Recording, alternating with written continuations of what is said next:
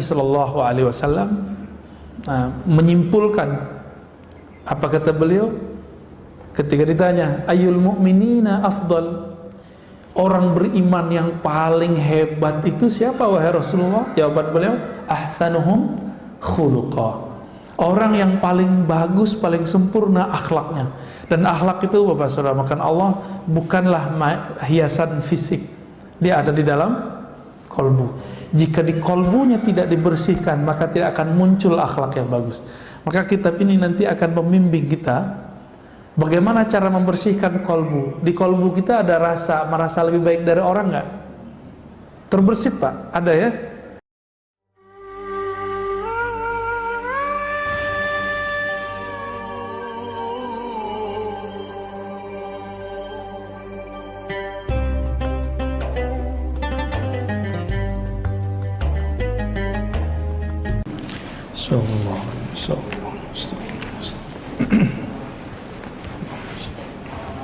Assalamualaikum warahmatullahi wabarakatuh.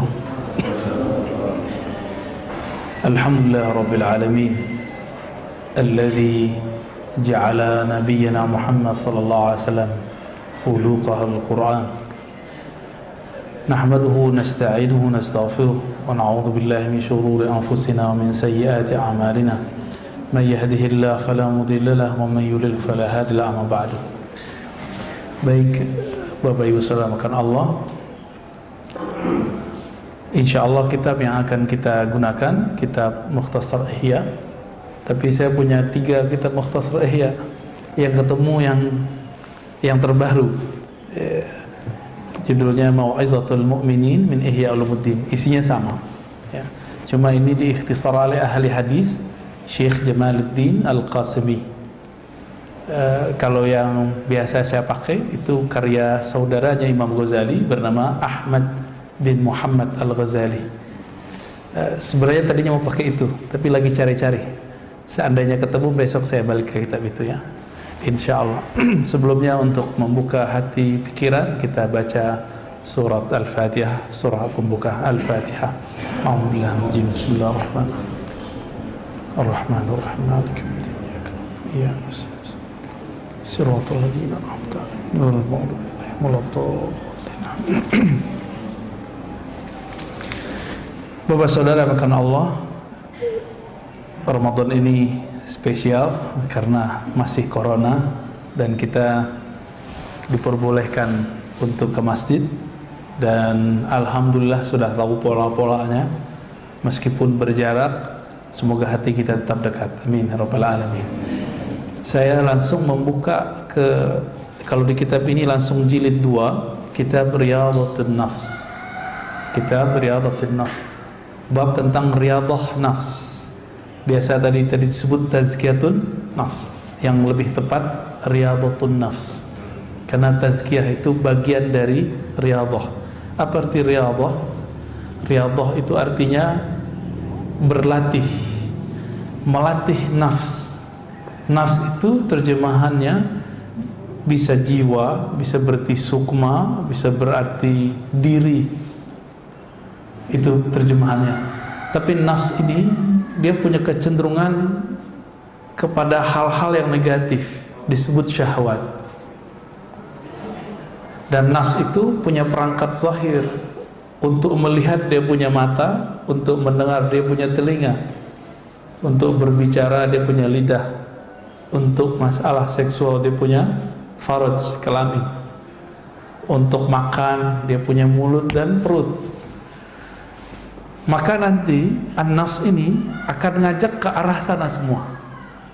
Supaya si nafs ini dia terlatih, disiplin, maka ada caranya namanya riyadhatun nafs, riyadah. Nah, riyadah itu kalau bahasa Arab menunjukkan makna sesuatu yang dilakukan berulang-ulang sehingga disiplin. Contohnya, Bapak Ibu Saudara ini kalau tidak melatih diri bangun subuh hari nggak akan bangun sekarang, benar nggak? Maka bisa bangun subuh begini, saya yakin sudah lama berlatihnya. Dan alhamdulillah Allah izinkan kita mendapatkan keberkahan 1 Ramadan subuh berjamaah. Ya, Nabi mengatakan al-barakatu li ummati fi bukuriha, keberkahan bagi umatku pada paginya. Maka pada pagi ini bergabunglah dua keberkahan, keberkahan subuh dan keberkahan Ramadan. Ditambah yang ketiga, barakatul ilm, keberkahan ngaji. Alhamdulillahirabbil alamin. Apa dalil kita wajib melatih jiwa? Di dalam Al-Quran yang dijadikan dalil untuk tazkiyah itu surat Asy-Syams ayat 9, surat 91 ayat 9. Apa kata Allah Ta'ala? Kita sudah hafal barangkali ya. Qad aflaha man zakkaha. Sungguh, nah ini penegasan yang luar biasa. Allah mengatakan aflaha, telah beruntung, telah lega, telah sukses. Man zakkaha, siapa yang melakukan tazkiyah terhadap nafs. Baru ini bagian dari riyadatun nafs. Apa arti tazkiyah? Zakkaha, yang membersihkan nafs dari kebiasaan buruknya. Jam segini enaknya tidur atau duduk ngaji, kata nafs. Kata nafs gimana Pak? Tidur. Tapi kita punya sisi lain namanya kolbu. Kolbu itu maunya ngaji Pak. Jadi yang duduk sekarang itu yang punya kolbu itu. Jadi kolbunya lagi hidup. Ini yang dikatakan dalam surat Qaf ya, sesungguhnya peringatan itu hanya dapat disentuh, dicapai liman kana lahu qalbun, bagi orang yang punya kolbu. Maka ini semacam pujian dari Allah untuk kita yang mau memfasilitasi kolbu. Kita sudah fasilitasi tubuh, nafs, jiwa kita dengan tidur ya. Alhamdulillah masih ada yang mau menyempatkan untuk membersihkan kolbunya. Semoga saya yang diizinkan Allah ngajar kitab ini dan Bapak Ibu Saudara yang diizinkan Allah belajar, Allah jadikan orang yang termasuk kepada surat Asy-Syams ayat 9 ini. Sungguh beruntung orang yang membersihkan jiwanya. Ya, zakkaha, ha di situ nya berarti nafs, jiwa. Sebaliknya kalau beruntung lawannya apa? Rugi. Wa qad khaba man dassaha, ayat 10-nya. Dan sungguh khaba itu rugi, serugi-ruginya. Jadi orang itu jiwanya kosong. Kalau apa? Man dassaha, orang yang membiarkan jiwanya mengikuti alur nafsnya. Nafs itu maunya ke bawah, kehendaknya itu rendah semua. Kalau makan, ya ujungnya kan jadi buang air besar, juga air kecil. Semuanya rendah. Sedangkan kolbu maunya kita naik. Oleh karena itu, menurut Bapak Ibu semua, wajib nggak membersihkan diri, melatih jiwa, atau sunat? Wajib. Itu wajib. Maka orang-orang yang mengatakannya sunat berarti dia belum faham Islam, iman, ihsan. Sholat itu wajib. Tapi sebelum sholat kita ngapain? Wudu. Wudu itu kan membersihkan fisik. Tapi adakah kita yang membersihkan badan dan dia juga membersihkan jiwanya saat dia berwudu? Jika itu terlaksana, maka khusyuk langkah pertama itu sudah tercapai. Jadi kenapa kita was-was di dalam sholat? Itu karena belum melakukan tazkiyatun nafs saat berwudu. Itu sebenarnya ya. Dan di dalam Al-Quran Allah Subhanahu wa ta'ala menyebut orang yang sudah melakukan riyadhah, latihan terhadap jiwanya dengan cara membersihkan jiwa itu dengan sebutan khuluqin azim. Siapa itu? Nabi Yuna Muhammad sallallahu alaihi wasallam. Maka dalam surat Al-Qalam ayat 4 ya, surat 68 Allah berfirman, "Wa innaka la'ala khuluqin azim." Sungguh engkau wahai Muhammad ala khuluq ya, sungguh berada di atas akhlak yang azim. Kata azim berarti besar dan agung. Azim ini beda dengan kabir. Azim ini lebih menyentuhnya kepada rohani kita. Makanya Allah menyebut azim ini cuma beberapa kali. Rabbul Arsyil Azim, Rabb pencipta, pengendali, pengatur arasy yang agung. Tapi orang sekarang debat, Allah duduk di atas aras, Allah di atas aras, atau Allah cuma menguasai aras. Itu perdebatannya sekarang. Orang nggak mau memahami apa lafaz azim itu. Orang sekarang berdebat, saya tidak tahu aras itu makhluk atau bukan. Itu perdebatan yang berbahaya. Ya. Padahal Allah bermaksud menyebut aras bukan untuk kita berdebat. Ini duduk di atas, bertempat di atas. Itu kesalahan arah orientasi beragama. Cuma karena jamaah sebagian sudah terjebak membayang-bayangkan Allah, maka kita juga kadang-kadang harus bahas. Tapi pada pagi ini kita gak akan bahas begitu, Pak. Ya. Kita lebih ke arah tazkiyatun nafsnya. Hadis yang sering kita dengar itu jarang orang menyebutkan sumbernya. Setiap bulan Maulid, bulan Rabiul Awal, orang menyebutkan hadis innama bu'istu liutammima makarimal akhlaq. Itu kan satu redaksi. Itu riwayat siapa? Ternyata riwayat ini gak pernah dibahas oleh para asatis, para dai sepanjang hidupnya. Bahkan dari kecil dia membahas Maulid, dia gak tahu itu hadis riwayat siapa. Ya enggak? Udah tahu Pak riwayat siapa Pak? Gak tahu kan? Tuh kenapa tuh gak tahu? Katanya nyuruh belajar dari kecil, dari brojol dan bumi, ya, al-mahdi ilal lahdi, sampai ke liang lahat. Si ustadz yang ngomong begini aja nggak tahu Pak hadisnya, dia nggak mau mencari di mana sumbernya. Ini berarti dia juga membiarkan dirinya dalam jahlun, ya, kejahilan itu, taklid jadinya. Nah, setelah kita teliti, di sini nggak disebutkan rawinya, ya. Itu ternyata ketemu redaksi ini dalam riwayat Imam Malik, riwayat Imam Baihaqi, Imam Tabrani, riwayat Imam Ahmad dengan redaksi yang bermacam-macam. Ada yang kalau di sini liutammima, untuk menyempurnakan akhlak. Ada yang lafaznya yang lain, ya, usliha atau lafaz sejenisnya, mahasinal akhlak, ya. Maka agama itu, goalnya beragama itu akhlak yang azim tadi. Maka akhlak yang azim ini meskipun tidak memberikan orang duit, tapi kalau akhlaknya azim, nggak dikasih duit pun orang ridho. Kita ngasih orang duit, orang seneng Pak, tapi kita omongin dasar lo pengemis, gimana Pak? Seneng nggak dia?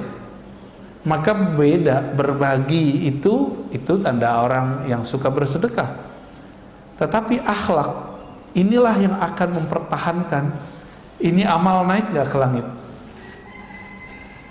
Jadi banyak kita yang memisahkan antara ibadah dengan akhlak, ngaji ma akhlak. Maka sekarang orang banyak belajar yang disebut hijrah, ya. Tapi hijrahnya kok malah jadi galak sama orang tuanya, jadi serem sama jamaah, ya. Jadi suka nyalah-nyalahin orang. Ini kan berarti akhlaknya gagal. Berarti dia belum nemu qad aflaha man zakkaha. Maka teman-teman yang belajar agamanya membuat kita konflik dengan orang, coba dikaji lagi dan ditanya lagi hatinya, ini emang begini agama yang Nabi ajarkan? Coba tanya-tanya lagi dalam hati itu. Menyalahkan, membenarkan itu bukan urusan kolbu, itu urusan di sini Pak. Itu beragamanya baru masih sampai di sini. Dalam ilmu akliyat itu disebutkan akal ini tugasnya dua aja, membenarkan atau menolak, menyalahkan. Jadi kalau orang suka nyalah-nyalahin, ini belum dapat, ya. Akhlak itu dari sini, dari dalam kolbu, ya.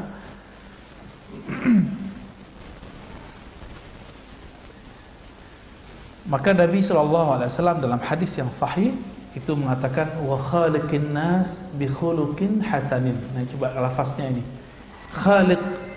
Khaliqi, khalaqa yukhaliqu mukhalaqah. Satu akar kata dengan khalaq, khuluq. Ini kata kunci. Ternyata khalaq artinya ciptaan, karya. Kalau khuluq itu akhlak yang kita sebut moral. Apa persamaannya? Persamaannya, kalau khalaq penciptaan, Allah yang mencipta. Kalau khuluq itu adalah kreasi kita, seakan-akan kitalah yang membuatnya, padahal itu juga dari Allah. Maka khalaq tidak bisa dirubah kecuali pakai operasi. Operasi apa, Pak? Biar hidungnya agak mancungan dikit. Plastik ya.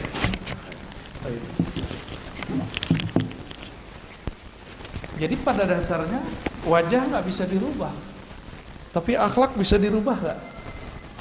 Bisa. Nabi Muhammad SAW ketika berdakwah itu cuma 11 tahun, nggak sampai 10 tahun di Madinah, 13 tahun di Mekah. Dibandingkan Nabi Nuh, berhasilan mana? Nabi Nuh kurang dikit dari 1000. Rasulullah. Nabi Ibrahim umurnya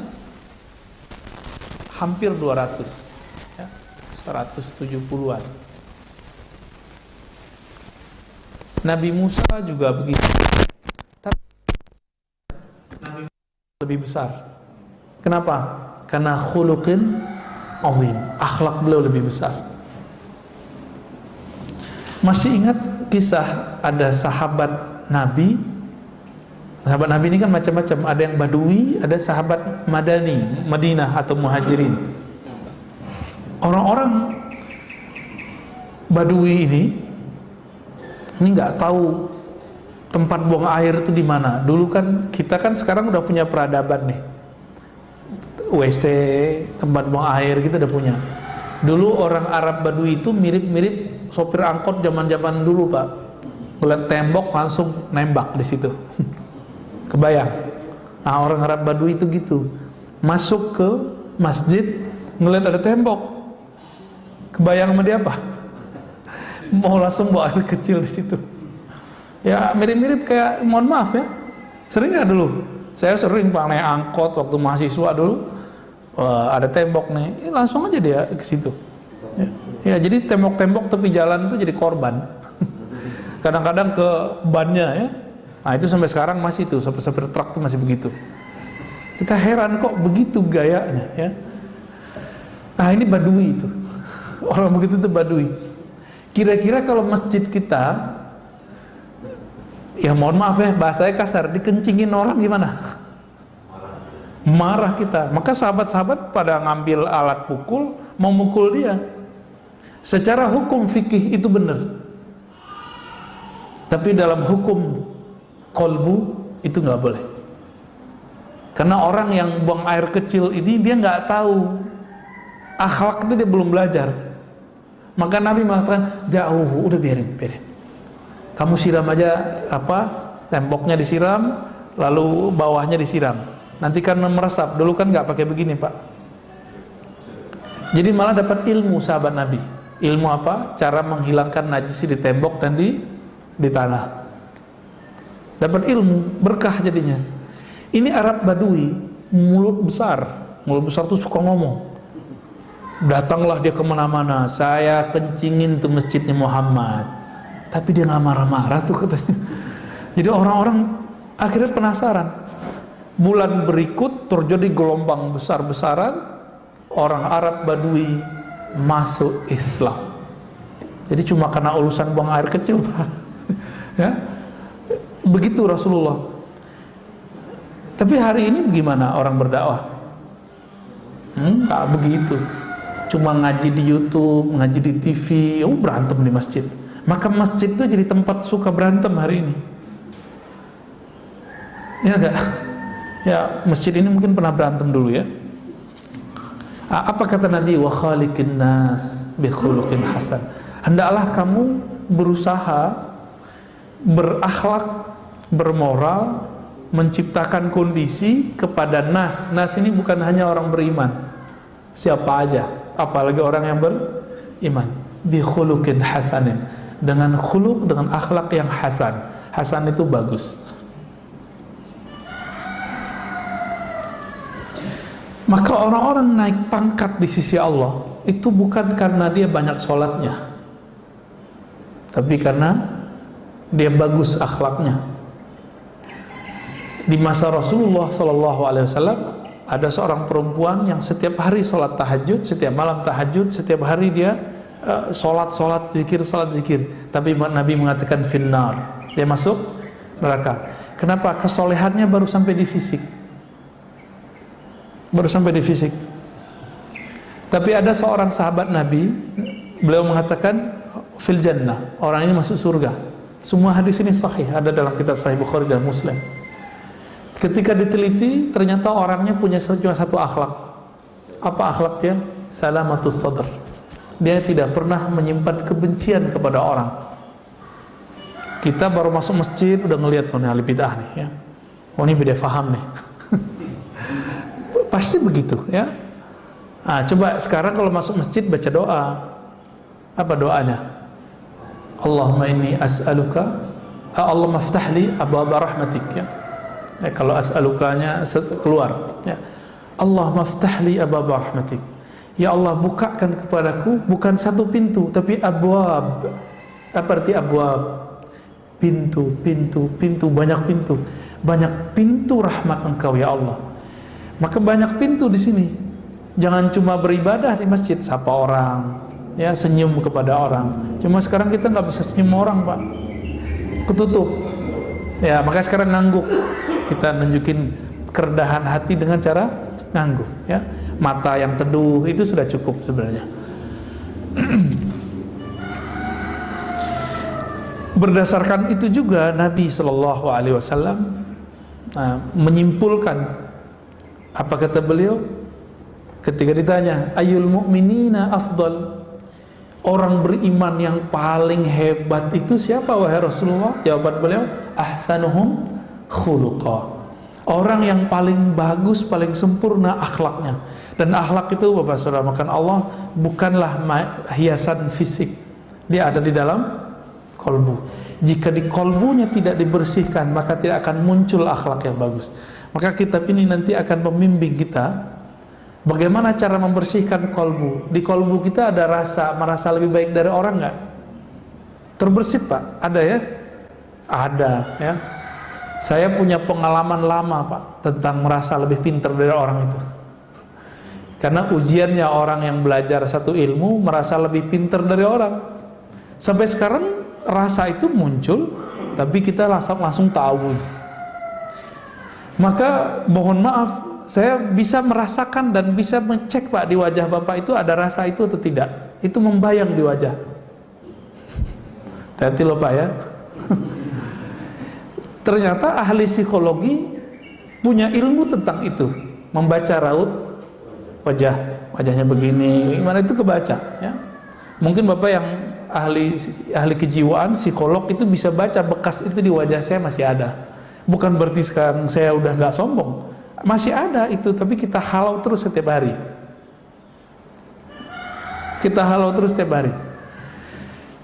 Yang paling berat itu orang berilmu, dia merasa lebih banyak ilmunya daripada orang lain. Kalau Bapak yang banyak duit, banyak harta, paling kekayaan itu cuma sebatas fisik. Tapi orang berilmu itu kesombongannya terbawa bahkan dalam zikirnya, dalam baca Qur'annya, dalam sholatnya. Maka tadi itu kalau Bapak sensitif kolbunya itu bisa merasakan begitu sensitifnya kolbu. Bukan suuzon Bapak ya. Orang yang kemudian merasa dirinya sholatnya itu paling benar itu kerasa. Maka Abdullah bin Amr mengatakan ya, Nabi ya, dari Nabi beliau bersabda, yang pertama kali dicabut di akhir zaman adalah khusyuk. Awwalu ma rufi'a qabla yaumil qiyamah al-khusyuk. Yang pertama dicabut di akhir zaman itu khusyuk. Khusyuk itu Itu kan urusan mata yang tunduk secara zahir, secara batin kolbunya tunduk kepada Allah. Khusyuk ini salah satu akhlak orang yang sholat. Orang kalau khusyuk sholatnya pasti dia tawadhu kepada orang lain. Ini enggak ya. Kita merasakan itu. Untung masjid ini enggak terlalu banyak. Abu Hurairah lagi duduk, dia ngerasa nggak nyaman, Pak. Hadisnya sahih ya, ada diceritakan dalam Riyadhus Shalihin juga, dikumpulkan hadis itu. Dia merasa ada sahabat ini lagi panas aura badannya. Akhirnya beliau mengatakan, siapakah di antara kalian yang bertengkar hari ini, yang mutus silaturahmi hari ini? Itu orang yang bertengkar itu pasti panas hawanya. Abu Hurairah ini zikirnya setiap hari 12.000, maka kolbunya lebih tajam dari kolbu-kolbu kita. Duduk sama dia sudah bisa merasakan getaran-getaran hati orang. Ini bukan masalah gaib, itu bukan gaib, Pak. Orang silat aja bisa membaca cakra, masa Abu Hurairah yang zikir 12.000 nggak bisa? Ya, lebih canggih Abu Hurairah. Maka beliau nggak tuduh kamu nggak. Beliau cuma bilang, siapa yang mutus silaturahmi hari ini, bertengkar hari ini, pulang minta maaf, baru balik sini. Kenapa? Majelisku adalah majelis malam Jumat, malam ini amal diangkat. Orang yang mutus silaturahmi, amalnya tidak diangkat. Nanti majelis kita tidak dibaca di sisi Allah Subhanahu wa taala. Kira-kira begitu pesan beliau ya, kalau kita terjemahkan secara bebas.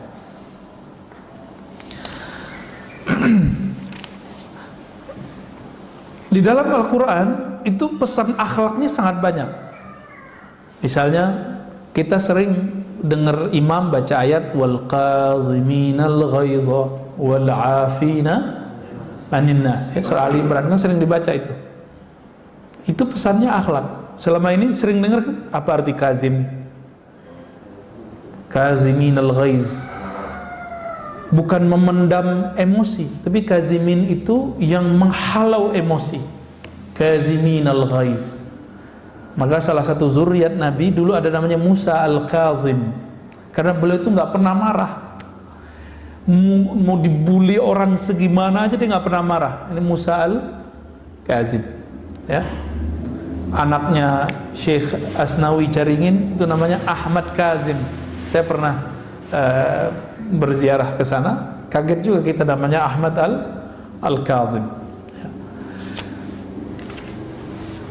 Lalu bagaimana cara untuk mendapatkan husnul khuluq atau al-akhlaq al-hamidah, al-akhlaq yang sempurna, yang baik? Beliau memberikan tips kepada kita. Caranya adalah bersihkan sumbernya, maka hulunya gitu ya, muaranya akan bersih. Bersihkan dari dalam. Jadi jangan cuma bersihkan luarannya. Saya hijrah nih, ganti pakaian dari pakaian biasa ya, robek-robek sekarang pakai gamis. Itu bisa merubah akhlak nggak?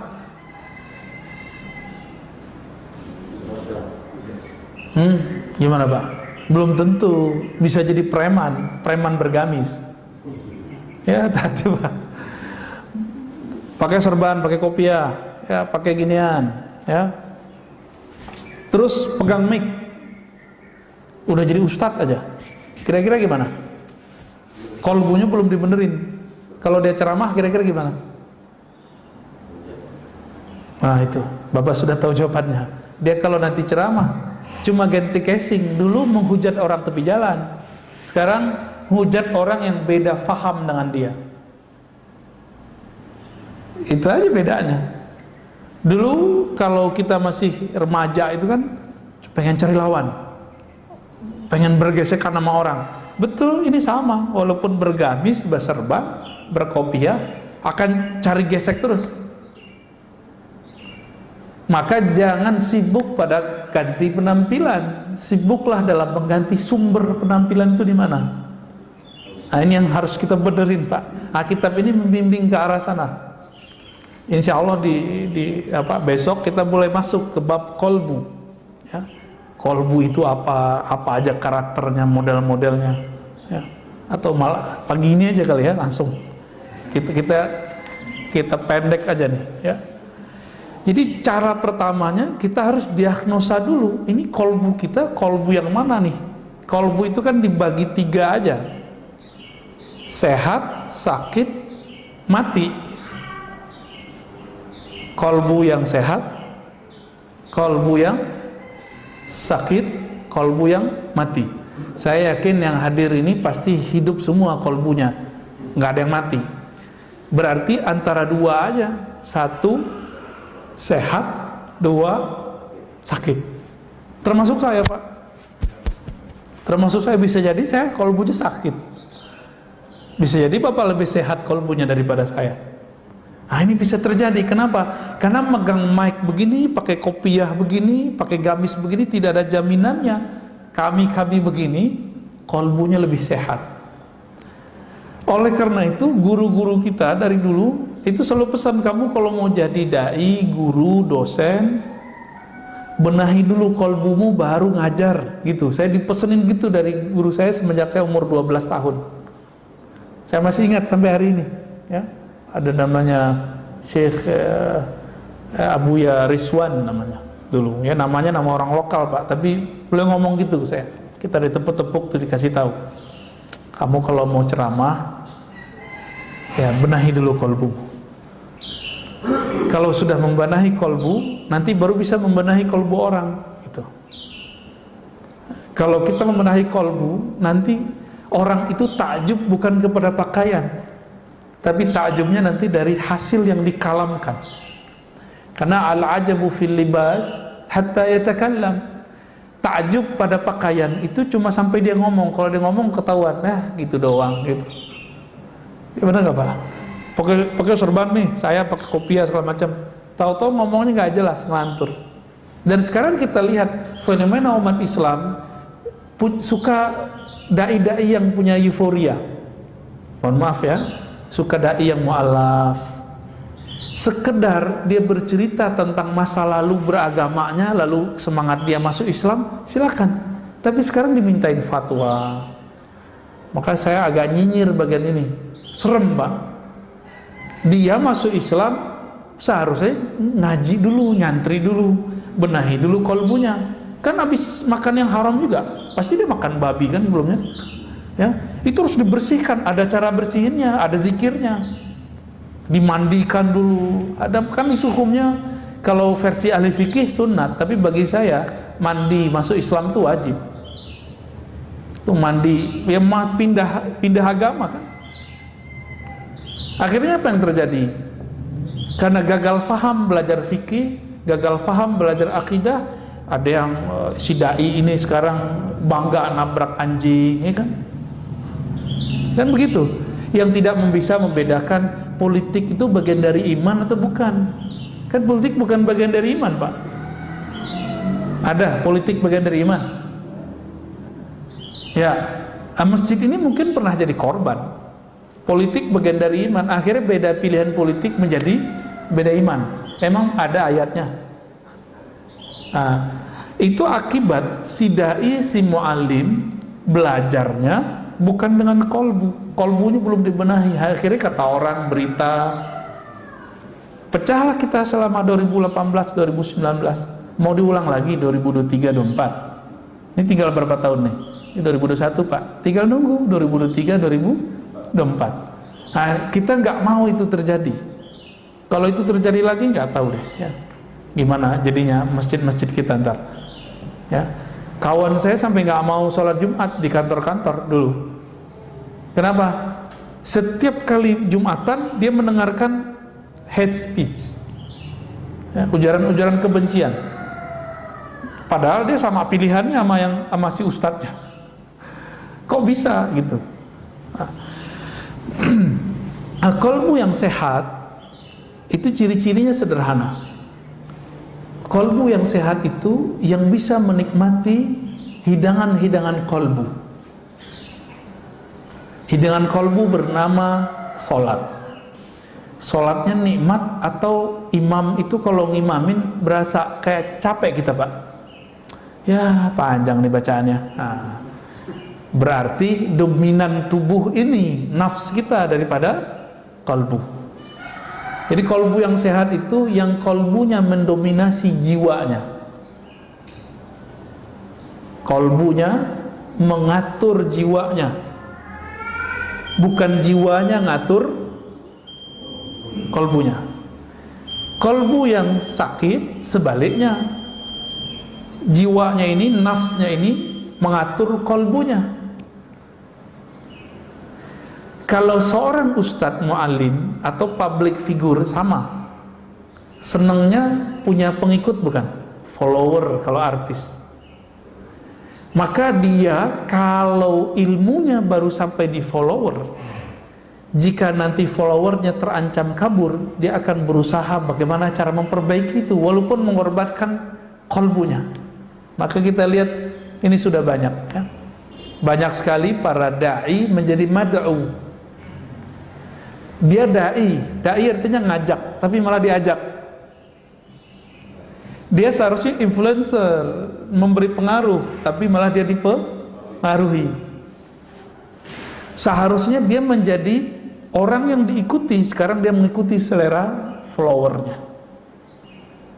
Pilih mana? Kira-kira gimana Pak? Itu menyaksikan nggak? Banyak yang begitu?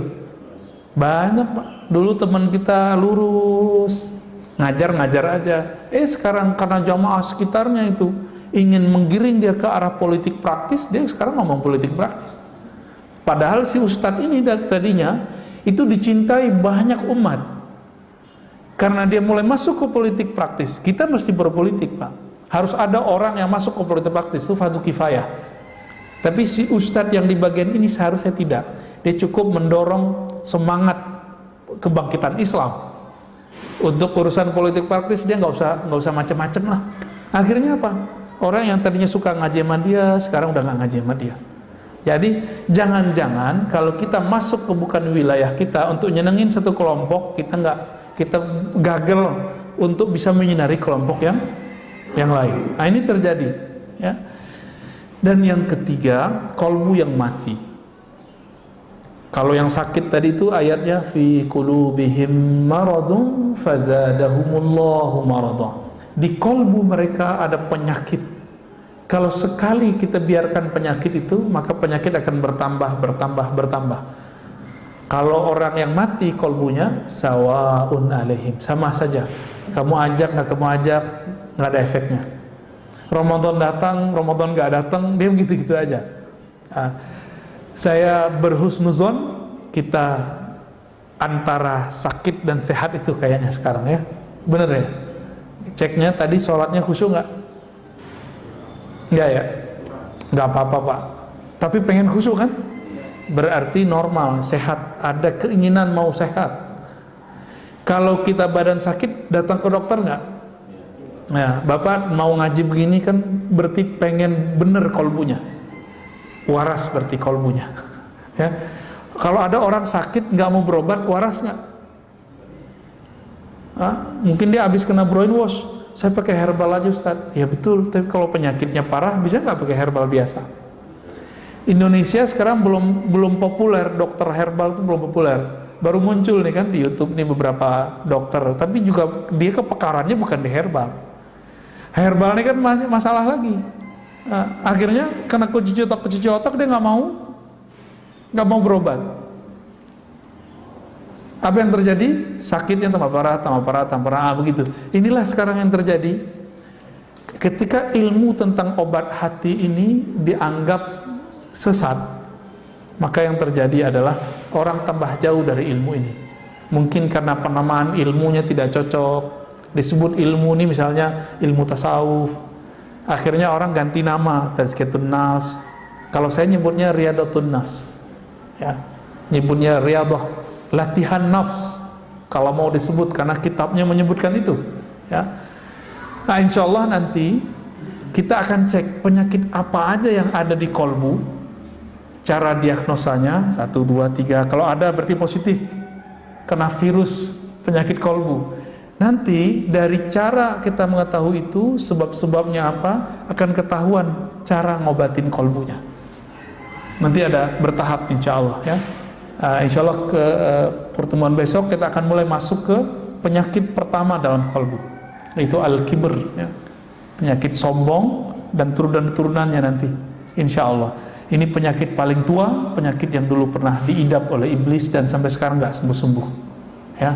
Semoga Allah jaga kalbu kita dari selainnya, amin ya rabbal alamin. Ada diskusi Pak, apa udah? Cukup ya?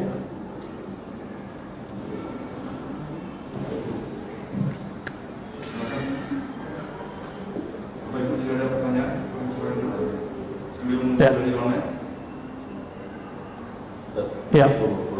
Assalamualaikum. Tadi mengenai kritik atau apa gitu ya. Kalau kita menjaga hati kita, apakah lalu bagaimana kalau kita mau kritik atau sama orang? Ya. Bagaimana caranya? Ya. Tadi imam kita baca ayat wa tawasau bil marhamah. Kita selama ini fokus di surat Al-Asr. Wa tawasau bil haq, berwasiat dengan kebenaran. Jadi kita ngerasa benar nih. Nah, ini dosanya para pemberi kritik merasa benar. Itu kesalahannya.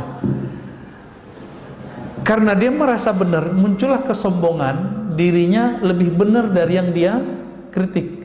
Nah, berarti dia belum benar-benar berwasiat. Maka di surat tadi Al-Balad tadi ya, wa tawasau bil marhamah, dan hendaklah mereka saling berwasiat ya, dengan cara marhamah. Apa arti marhamah? Penuh kasih sayang. Jadi kalau negur orang tuh jangan ini bid'ah nih, gak begitu caranya. Imam Syafi'i itu negur lama, beliau imam salafus soleh. Apa kata beliau? Engkau kalau menegurku depan orang, jangan salahkan jika hatiku, nafsku, jiwaku susah nerimanya.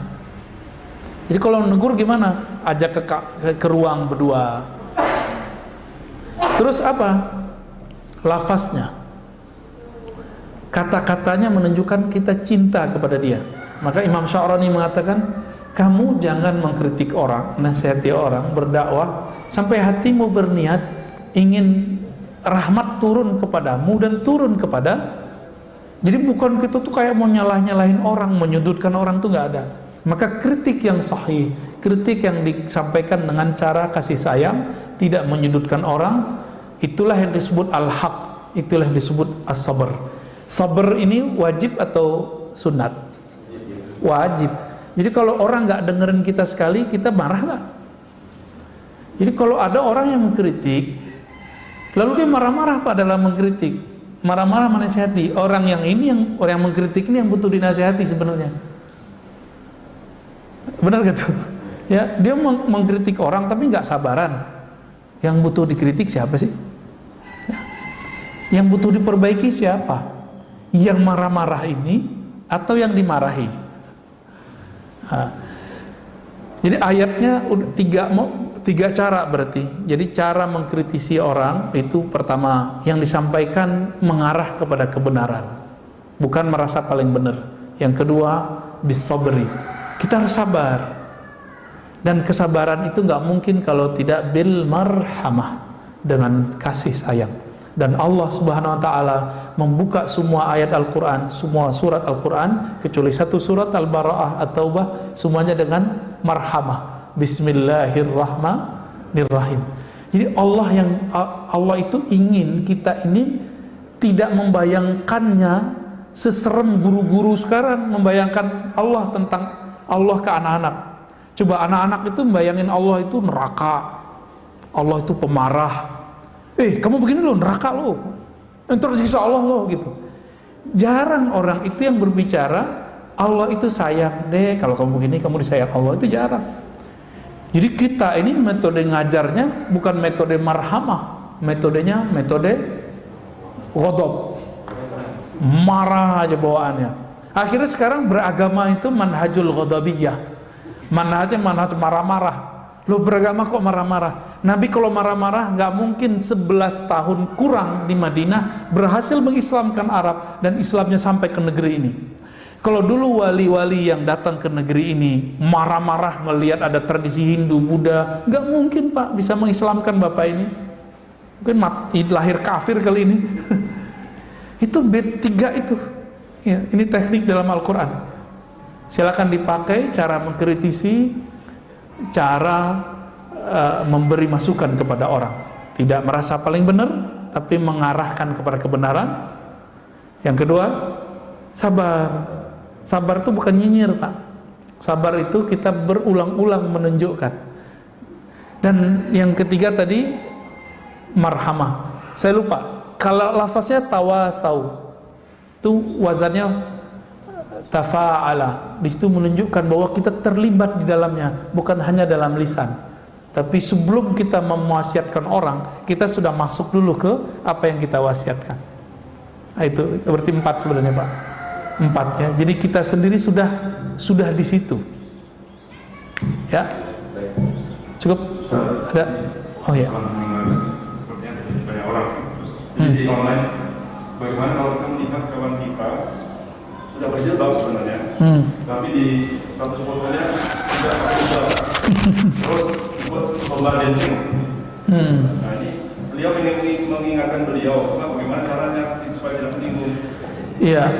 Kalau ada orang belum berjilbab, jilbab itu kan model nutup aurat. Itu fisik Pak. Targetnya bukan dia pakai aurat, nutup aurat atau enggak. Targetnya dia mengenal siapa yang nyuruh nutup aurat.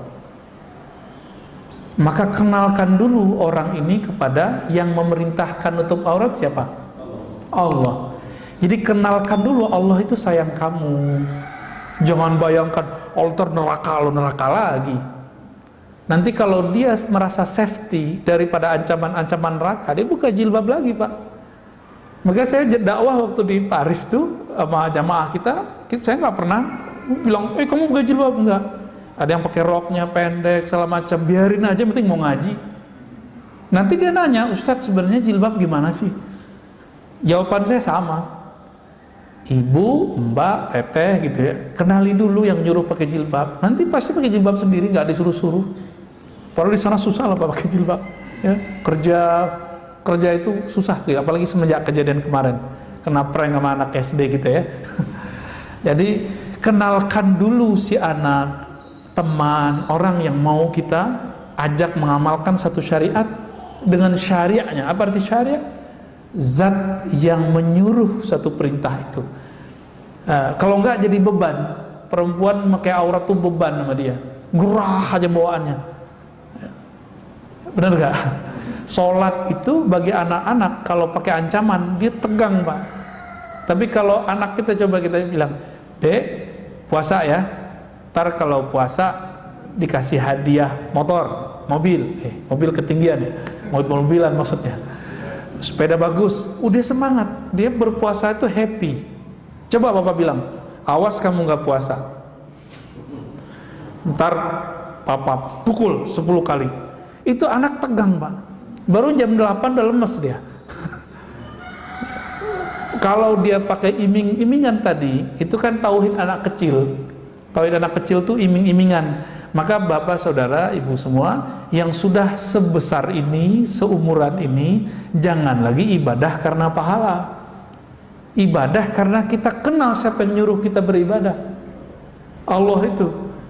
Pahala itu udah pasti dapat. Karena kalau masih pakai iming-imingan, berarti di dalamnya ruhnya masih bocah ini.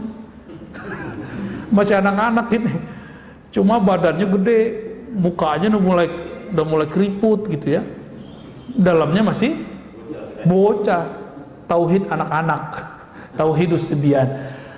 Ini semoga pagi ini langsung naik menjadi tauhid remaja, tauhid dewasa. Puasa bukan karena iming-imingan surga, tapi karena ingin diridhoi sama yang punya surga. Kalau yang punya surga dari ridho, masuk surga nggak? Pasti masuk surga. Pasti jauh dari neraka nggak? Pasti dijauhin. Baru nanti harapan ke surganya itu full, karena kita kenal siapa yang nyuruh puasa. Gitu Pak.